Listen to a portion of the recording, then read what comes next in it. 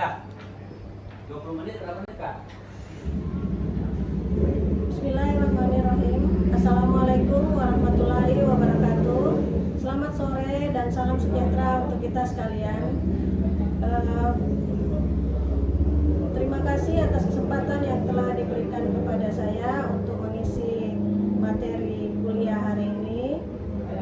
Hari ini saya akan membahas tentang mata kuliah metode penelitian hukum, di mana untuk kuliah pertama mahasiswa akan menerima materi perkuliahan tentang beberapa uraian, beberapa penjelasan tentang jenis penelitian dan metode yang dimana di dalam dunia akademisi ini perlu adanya dan sangat penting untuk diketahui bukan hanya oleh kalangan mahasiswa tetapi juga kalangan sivitas akademisi lainnya. Dengan mengetahui jenis penelitian ini, maka mahasiswa akan dapat memilih metode apa yang pantas untuk digunakan nantinya terhadap penelitian yang akan dilakukan oleh mahasiswa tersebut. Ya, jadi di dalam dunia akademis itu kita membagi ke dalam 3 jenjang pendidikan, yaitu S1, S2, dan S3. Nah, di dalam S1, S2, dan S3 ini tentunya kita akan mengakhiri masa perkuliahan kita dengan menyusun sebuah karya tulis yang bersifat ilmiah. Sistematika dari tesis atau disertasi yang membedakan secara format dengan sistematika jurnal, yaitu terletak pada judul, di mana sistematika tesis atau disertasi itu judulnya harus jelas menunjukkan bahwa penelitian yang akan dilakukan ini berupa penelitian apakah dia bersifat normatif atau empirik atau yuridis sosiologis. Nah, sedangkan sistematika untuk jurnal itu diupayakan sifatnya sederhana dan juga menunjukkan bahwa penelitian ini akan dilakukan secara penelitian normatif atau penelitian empirikal atau yuridis sosiologis. Nah, kemudian sistematika untuk tesis, ringkasannya atau kita sebut dengan abstrak, itu sama dengan sistematika penulisan jurnal, yaitu dibagi dalam 2 bahasa, yaitu bahasa Inggris dan bahasa Indonesia. Kemudian abstrak itu sendiri terdiri dari pendahuluan, ya, kemudian penelitian, tujuan penelitian, metode penelitian, serta hasil dan pembahasan.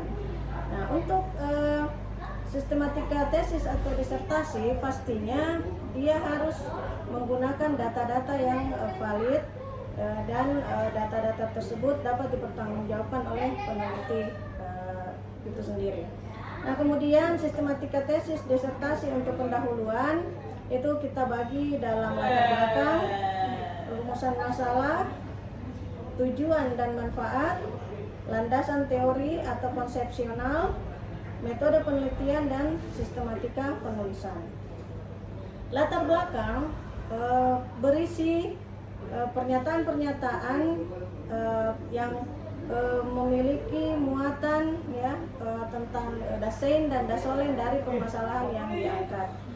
Dari jarak atau rentang antara dasein dan dasolen inilah yang akan melahirkan masalah. Nah, masalah inilah nantinya yang harus ditemukan jawabannya oleh si peneliti.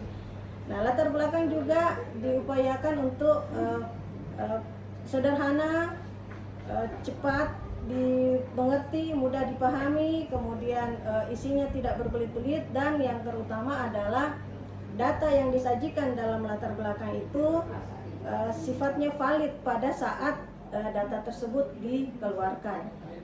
Nah, kemudian data yang digunakan bersifat internasional atau global, yang universal, dipergunakan di semua negara, kemudian data juga dari tingkat nasional yang dikeluarkan oleh lembaga pemerintah atau lembaga yang ditunjuk oleh pemerintah untuk berwenang untuk masalah tersebut. Kemudian data yang bersifat regional ya yang berada di tingkatan provinsi, kabupaten atau kota, dan kemudian data yang berada di lembaga itu sendiri. Nah, ini jelas harus terangkum dengan sempurna di dalam latar belakang agar para pembaca nantinya mudah mengerti apa yang ingin diteliti oleh si peneliti. Ya, kemudian permasalahan yang dihadirkan adalah permasalahan yang memang benar-benar harus ditemukan jalan keluarnya. Peneliti boleh saja dan diberikan kesempatan atau ruang untuk melanjutkan penelitian dari peneliti sebelumnya, asalkan penelitian itu nantinya membawa perubahan dari penelitian yang ada sebelumnya. Jadi tidak mengulang penelitian yang sama, ya, tetapi melanjutkan. Malah mungkin akan lebih baik lagi bila penelitian ini menghasilkan sesuatu yang baru atau novelty, penemuan yang baru. Ya, kemudian pastinya penemuan hukum atau novelty itu hanya diberikan ruang untuk strata 3 doktoral ya. Untuk strata 1 dan strata 2 itu diberikan kesempatan untuk melakukan tinjauan yuridis, melakukan analisis. Ya, belum dibebankan kewajiban untuk melakukan menemukan sesuatu yang baru dari ilmu hukum itu sendiri. Ya, kemudian dalam sistematika jurnal, permasalahan yang ada itu harus terpisah, ya. Sama juga dengan penelitian karya tulis ilmiah, permasalahannya harus jelas, ya. Perumusannya harus jelas, ya. Menggunakan kata tanya yang baku, menggunakan kata-kata yang mudah dipahami, mudah dimengerti, dan menghindari pernyataan-pernyataan yang malah menimbulkan berbagai macam penafsiran. Nah, kemudian manfaat, ya, tujuan dan manfaat ini harus jelas. Apakah penelitian ini nantinya akan mendatangkan manfaat yang baik, yang besar untuk masyarakat secara luas, dan secara khusus untuk kalangan akademisi, tempat si peneliti ini nantinya berkontribusi dan beraktivitas, ya. Kemudian landasan teorinya menggunakan teori dari pakar tertentu, ya. Kemudian dari teori-teori yang dibangun, yang dikonstruksi itu nantinya menghadirkan suatu konsep yang sudah ada, atau melakukan rekonstruksi, ya, membangun kembali konstruksi yang sudah ada, ya, membangun kembali konsep yang sudah ada, atau konsep yang sudah ada ini diubah, ya. Tetapi kembali lagi saya tegaskan bahwa untuk melakukan konstruksi, rekonstruksi ataupun membangun konsep itu dibutuhkan landasan teori yang kuat, ya. Landasan teori yang kuat agar konstruksi yang ada itu memberi hasanah yang baru kepada ilmu hukum itu sendiri. Ya, kemudian bagian yang paling penting dari sebuah penelitian adalah metodenya.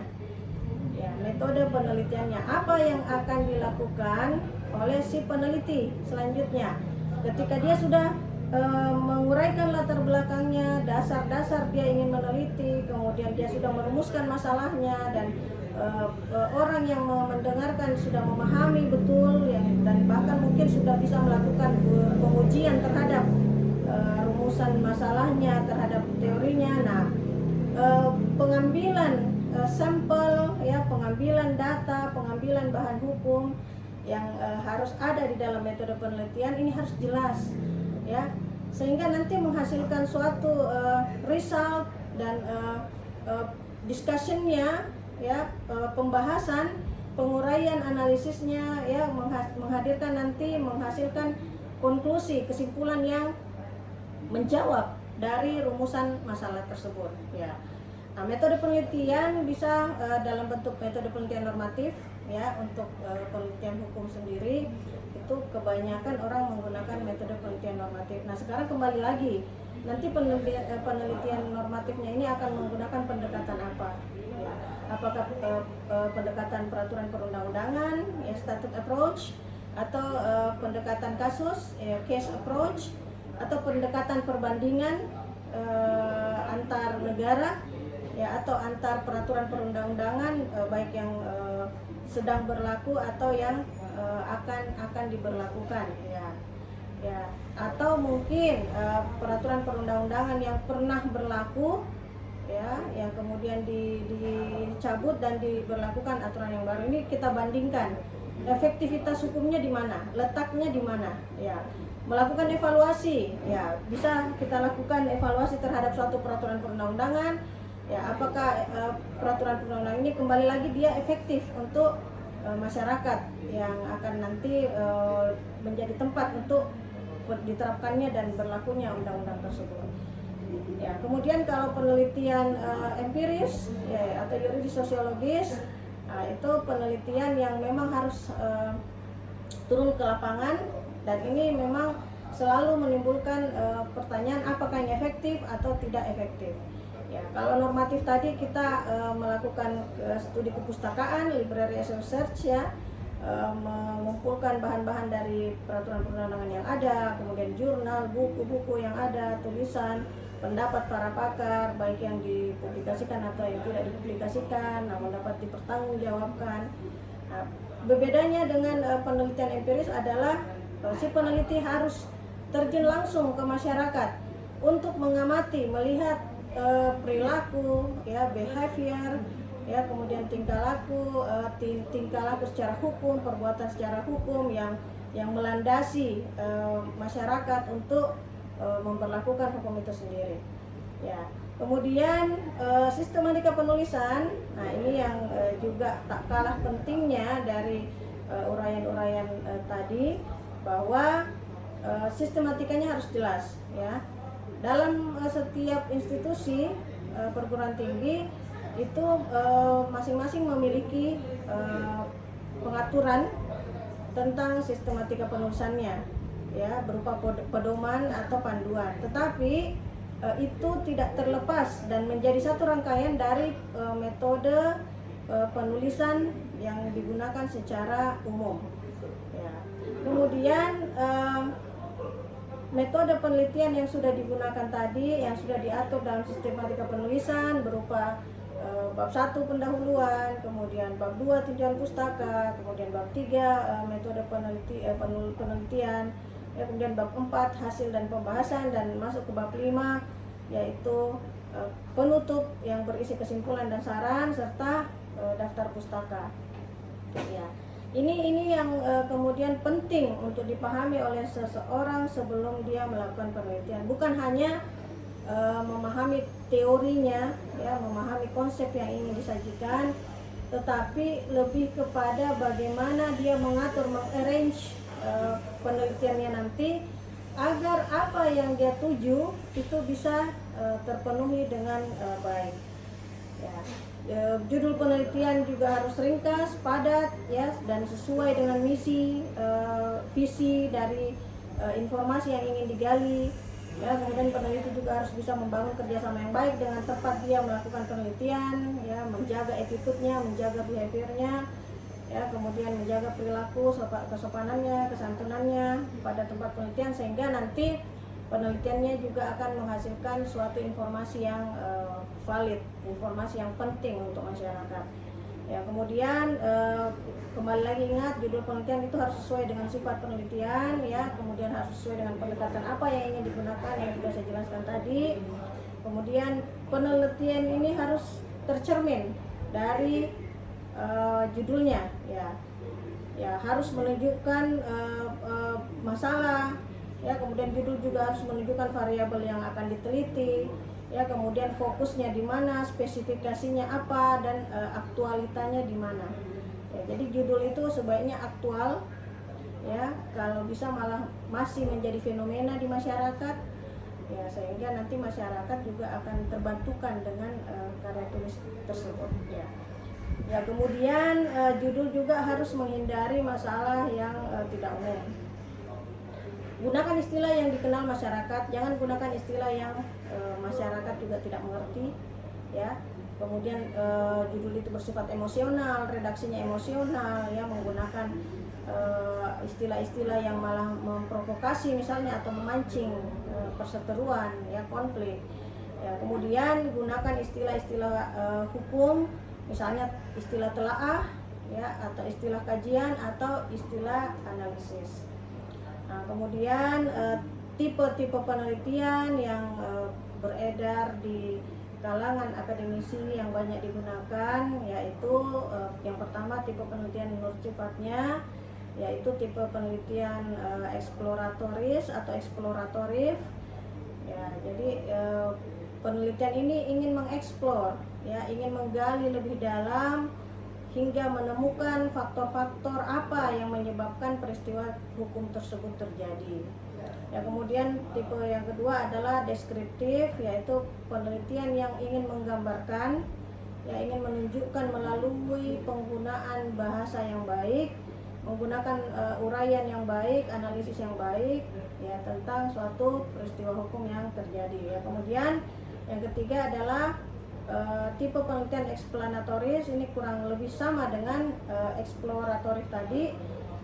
Dia penelitian yang ingin menggali, kemudian ingin menjelaskan lebih dalam tentang pengaruh sesuatu kejadian terhadap masyarakat. Ya, jadi kalau dibandingkan deskriptif, ini kurang lebih sama, ya, dengan deskriptif dan eksploratoris tadi. Jadi dia ingin menyajikan suatu fenomena dalam bentuk penjelasan yang dalam, penjelasan yang lebih baik, ya, kemudian bukan membangun opini yang biasa, tetapi membangun kecerdasan masyarakat, ya, yang akan membaca nanti hasil penelitian tersebut. Ya, kemudian penelitian menurut bentuknya yaitu penelitian diagnostik, yaitu mengidentifikasi penyebab dari suatu kejadian. Ya, kemudian yang kedua adalah penelitian preskriptif, yaitu penelitian yang sifatnya memberikan masukan atau saran kepada masyarakat, kepada aparat penegak hukum, kepada lembaga penegakan hukum, ya, kepada pemerintah terhadap suatu kebijakan misalnya, ya. Misalnya kita ambil contoh studi terhadap penyusunan kebijakan tata kota di Kota Makassar. Nah, ini berarti memberikan masukan kepada pemerintah tentang bagaimana sebaiknya menyusun kebijakan terkait tata kota. Ya, kemudian bentuk yang ketiga adalah evaluatif, yang saya jelaskan tadi bahwa ini melakukan evaluasi, ya, melakukan evaluasi terhadap suatu kebijakan yang sudah berlaku atau peraturan perundang-undangan yang sedang berlaku, ya, apakah efektif atau tidak. Ya, kemudian penelitian menurut tujuannya, yaitu penelitian mengidentifikasi masalah atau problem identification. Ya, kemudian yang kedua penelitian yang menemukan fakta atau fact finding. Ya, kemudian yang ketiga penelitian yang memberikan solusi terhadap masalah atau problem solution. Ya, ini contoh-contohnya nanti bisa dibagi, ya, melalui kanal YouTube kita yang lain tentang materi-materi ini. Jadi contoh-contoh yang judul yang bisa mahasiswa nanti temukan, ya, yang bisa mahasiswa dapatkan itu akan kita bagi. Kemudian contoh judulnya bisa berbentuk mencari penyebab terjadinya konflik, atau bisa mencari upaya hukum atas putusan pengadilan misalnya, ya. Ya, kemudian penelitian menurut penerapan, yaitu yang pertama penelitian dasar atau basic research, yaitu penelitian yang melahirkan teori. Ya, jadi teori yang sudah ada dikembangkan atau teori yang belum pernah ada, yaitu berarti menemukan satu teori baru. Ya. Kemudian yang kedua adalah penelitian terapan atau applied research, yaitu penelitian tepat guna. Ya.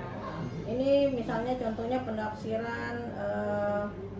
penerapan penafsiran terhadap hukum, ya, dalam penyelesaian perkara di pengadilan. Jadi di sini bermain pendapat, bermain penafsiran, ya, yang pastinya penafsiran itu tidak merujuk kepada multitafsir, ya, tetapi penafsiran itu bisa menghasilkan satu solusi terbaik untuk masalah hukum yang sedang terjadi. Baik, kemudian pendekatan yang dilakukan untuk penelitian yaitu pendekatan kuantitatif. Ya, kemudian yang kedua adalah pendekatan kualitatif. Ya, kemudian penelitian menurut kemanfaatan. Yang pertama penelitian akademik.